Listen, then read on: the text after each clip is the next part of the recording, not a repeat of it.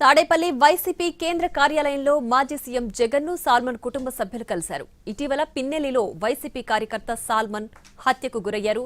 రాజకీయ కక్షతోనే సాల్మన్ ను హత్య చేశారని కుటుంబ సభ్యులు జగన్ కు వివరించారు. తండ్రి మరణంతో తమ కుటుంబం రోడ్డున పడిందని ఆవేదన వ్యక్తం చేశారు. ఈ సందర్భంగా మాట్లాడిన జగన్ సాల్మన్ కుటుంబ సభ్యులకు అండగా ఉంటామని హామీ ఇచ్చారు.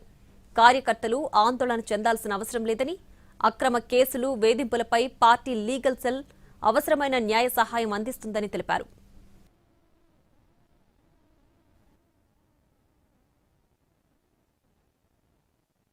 సరే, అయిపోయింది. ఒక బాధ్యత కలిగిన ఎంపీగా కృష్ణదేవరాయలు గారు, లేదు ఎమ్మెల్యేగా ఎరపతినేని శ్రీనివాసరావు ముందుకు రండి. అబ్బా, రాజకీయం ఎప్పుడు ఇదేనా? చర్చించండి. ఎస్పీ గారు దాంట్లో కమిటీ వేయండి. శాంతియుత వాతావరణం తీసుకురండి.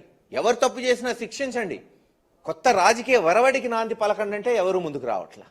ఖచ్చితంగా 2-3 ఏళ్లలో జగన్మోహన్ రెడ్డి గారు మళ్ళీ ముఖ్యమంత్రి అవుతారు. పూర్వ వైభవం తీసుకొస్తాం పల్నాడుకి. తప్పు చేసిన వాడు ఎవరైనా కావచ్చు, అది అధికారులతో సహా. ఇప్పుడు అదే చెప్పారు జగన్మోహన్ రెడ్డి గారు వీళ్ళకి.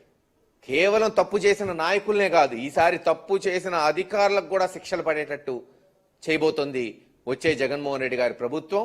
తప్పకుండా హైకోర్టులో, హ్యూమన్ రైట్స్లో, SC ST కమిషన్లో మా పోరాటం కొనసాగు.